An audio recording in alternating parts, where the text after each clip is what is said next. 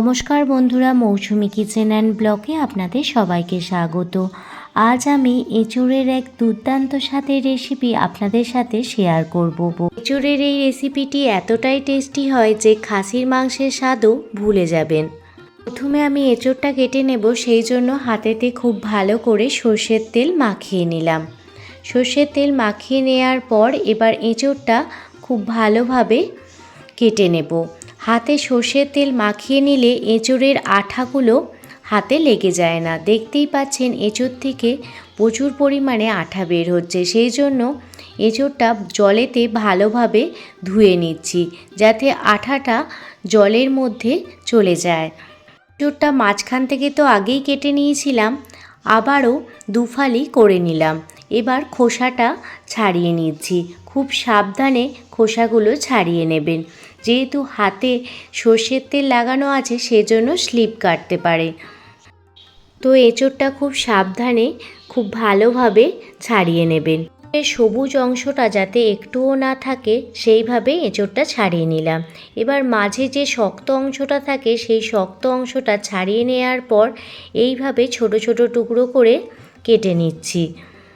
সেই মাঝের অংশটা বাদ দিয়ে এঁচোড়গুলো ছোট ছোট টুকরো করে কেটে নেবেন। অর্ধেকটা এঁচোড় কেটে নেওয়ার পর আরও অর্ধেকটা এঁচোড়ের মাঝখান থেকে ফালি করে ওই একই পদ্ধতিতে কেটে নেব।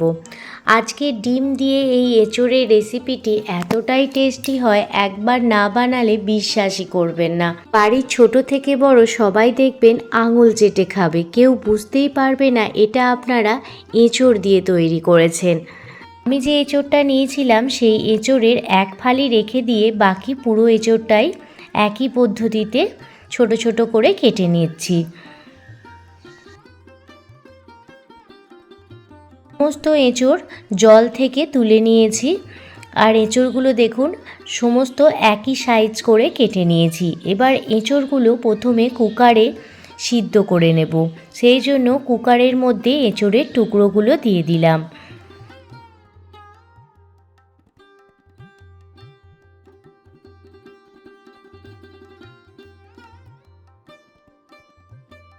এঁচোড়ের টুকরোগুলো দিয়ে দেওয়ার পর পরিমাণ মতো জল দিয়ে দিলাম।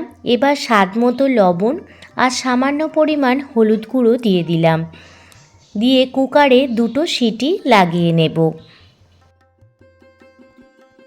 এঁচোড়গুলো খুব ভালোভাবে সিদ্ধ হয়ে গেছে। এবার এঁচোড়গুলো একটি ঝাঁঝরিতে ছেঁকে নেব।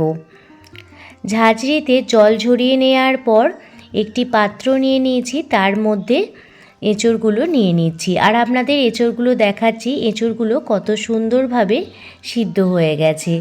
এবার এই এঁচোড়ের মধ্যে 2টো ডিম দিয়ে দিচ্ছি।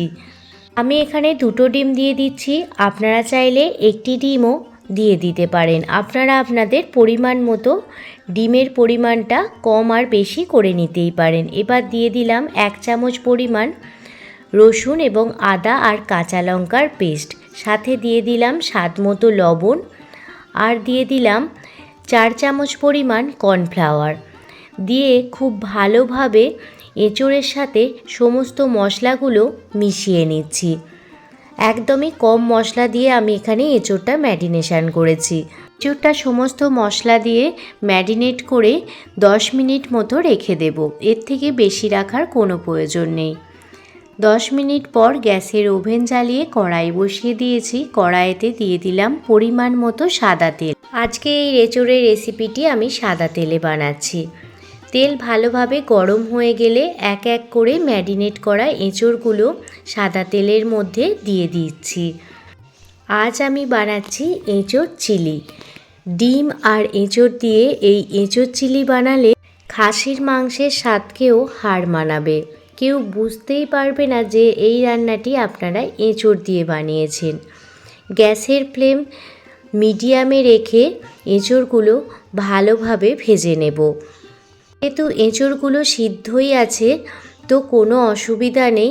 গ্যাসের ফ্লেম মিডিয়ামে রেখে এপিট ওপিট করে উল্টে ভেজে নিলেই এঁচোড়ের এই পকোড়াগুলো রেডি হয়ে যাবে।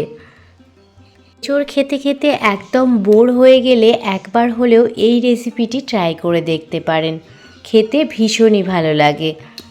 আর বানানোর পদ্ধতিও খুবই সহজ এবং সাধারণ। বাড়িতে থাকা মশলা দিয়েই আপনারা এই রেসিপিটি বানিয়ে নিতে পারেন। দেখুন এঁচোড়ের পকোড়াগুলো একদমই রেডি হয়ে গেছে।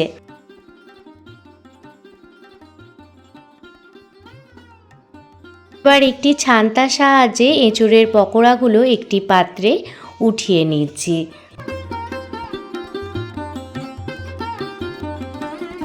সমস্ত এঁচোড়ের পকোড়াগুলো একই পদ্ধতিতে ভেজে নেব।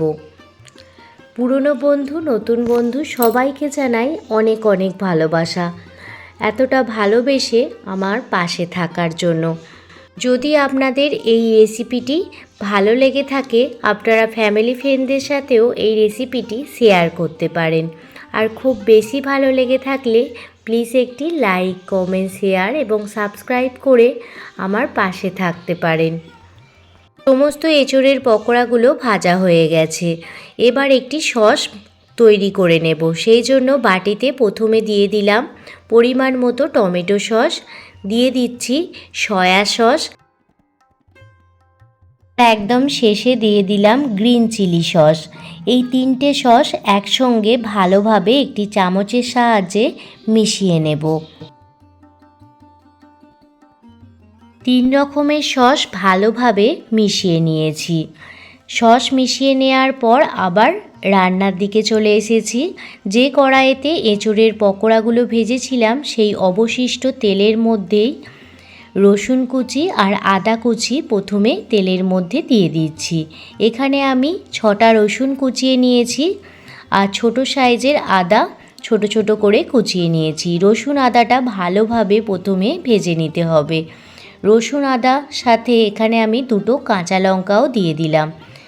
কাঁচা লঙ্কা, রসুন, আদা ভালোভাবে ভাজা হয়ে গেলে এর মধ্যে দিয়ে দিচ্ছি প্রথমে ক্যাপসিকাম কুচি। এখানে ক্যাপসিকামটা চৌকো চৌকো করে কুচিয়ে নিয়েছি, যেমন চিলি চিকেনে ক্যাপসিকামগুলো কোচানো হয় সেই রকম। এখানে 2টো মিডিয়াম সাইজের পেঁয়াজও চৌকো করে কেটে নিয়েছি। পেঁয়াজ আর ক্যাপসিকাম 2 থেকে 3 মিনিট ভালোভাবে ভেজে নেব। 2 থেকে 3 মিনিট ভেজে নেওয়ার পর এর মধ্যে 2টো মিডিয়াম সাইজের টমেটো চৌকো চৌকো করে কেটে দিয়ে দিলাম। এবার আরও 2 মিনিট পর এর মধ্যে যে সসটা আগে থেকে তৈরি করে রেখেছিলাম 3 রকম সস, সেই 3 রকম সস দিয়ে দিলাম। টমেটো সস, সয়া সস আর গ্রিন চিলি সস একসঙ্গে যে মিশিয়ে নিয়েছিলাম সেই সসটা দিয়ে দিলাম। সস দিয়ে দেওয়ার পর ভালোভাবে নাড়াচাড়া করে নিচ্ছি। এই রান্নাটিতে কোনো রকম আমি লঙ্কা গুঁড়ো বা হলুদ গুঁড়োর ব্যবহার করব না। সস দিয়ে দেওয়ার পর এখানে ভেজে রাখা এঁচোড়ের পকোড়াগুলো দিয়ে দিলাম। এঁচোড়ের পকোড়ার সাথে সমস্ত কিছু খুব ভালোভাবে মিশিয়ে নেব।